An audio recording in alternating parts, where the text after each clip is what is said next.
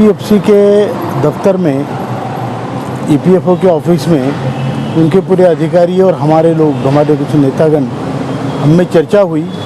और पहली बात तो हमने ये रखी कि देरी ज़्यादा हो रही है, आपको जल्दी से जल्दी ये काम करना चाहिए। दूसरी बात जो हमने कही, रमेश कृष्णमूर्ति जो अभी नए यहाँ पर सीपीएफसी अपॉइंट हुए हैं, प्रभारी बनाए गए हैं, वो एडिशनल लेबर सेक्रेटरी भी हैं।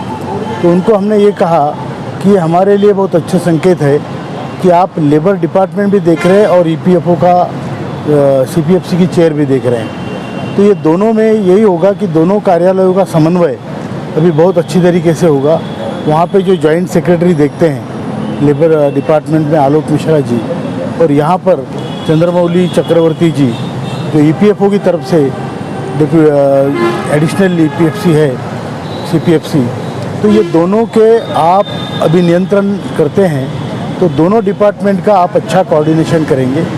दूसरी बात हमने उनसे ये भी कही कि हमें आपका बैकग्राउंड मालूम है, आप एक बहुत इफ़िशिएंट और तेज़ तर्रार अफसर है, तो हम जानते हैं कि रिज़ल्ट हमारा जल्दी आएगा और बहुत जल्दी आएगा। तो ये उनसे हमने कहा है। उसके बाद हमारी पूरी चर्चा हुई।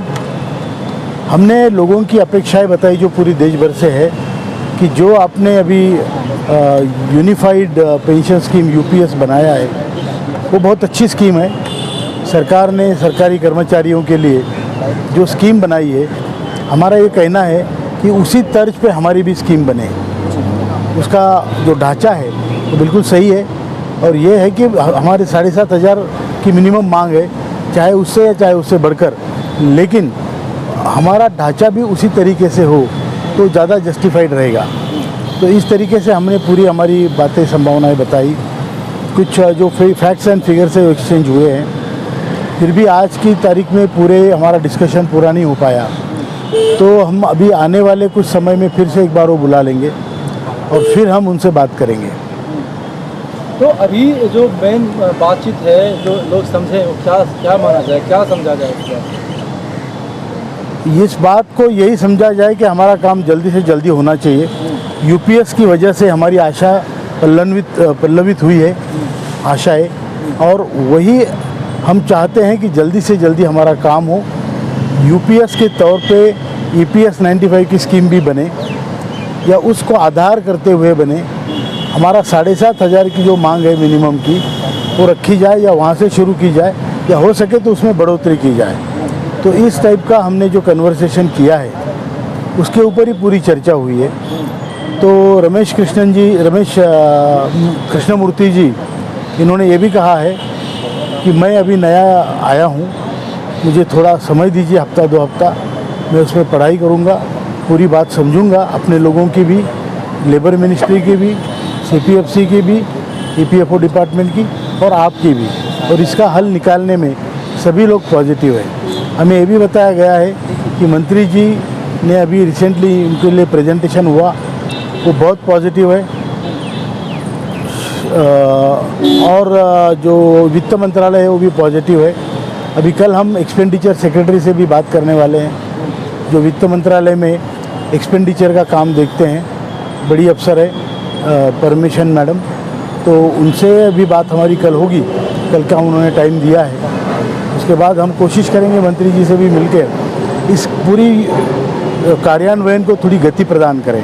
तो जंतर मंतर पर जो आप लोगों ने आंदोलन प्रदर्शन किया था अभी पिछले महीने, और एक अल्टीमेटम वहाँ से आया था कि 31 अगस्त तक यदि हमारी बात को नहीं मानी जाती है तो कमेटी एक नया निर्णय लेगी, तो क्या उस विषय में भी कुछ बातचीत हो रही है? देखिए, कमेटी का निर्णय तो कमेटी खुद डिसाइड करेगी अपने नेताओं से बात करके। अभी आज आपको मैं बता दूं, हमारी यहाँ मीटिंग हो रही है 27 तारीख को। पूरे देश में जहाँ जहाँ ईपीएफओ ऑफिसेज है और जहाँ उनका निधि आपके निकट कार्यक्रम चल रहा है, वहाँ सभी तरफ लोगों ने निवेदन दिए हैं, और देश का एक भी कोना छूटा नहीं है। अंडमान से लेके कश्मीर तक हर जगह निवेदन दिए गए हैं, और उसमें ये बताया गया है कि अगर आपने यूपीएस किया है, अच्छी बात है, हमारे लिए भी कुछ करो।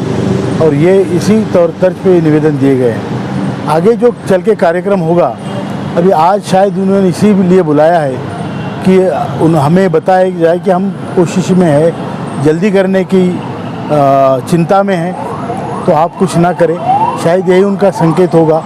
लेकिन हम अपना डिसाइड करेंगे, अगर इसमें हमें देरी लगती है तो हम आगे का प्रोग्राम अपने संगठन में डिसाइड करके करेंगे।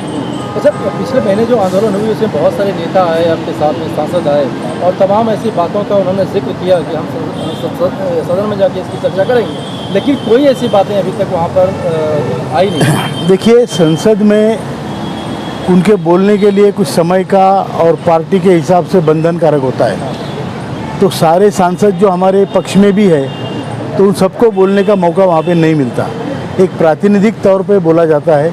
तो कांग्रेस की तरफ से श्रीमंत छत्रपति शाहू महाराज बोले, राष्ट्रवादी कांग्रेस की तरफ से सुप्रिया सुळे बोली, कम्युनिस्टों की तरफ से प्रेमचंद्रन जी बोले, और भी कई सांसद हैं जिन्होंने बोला है। लेकिन आप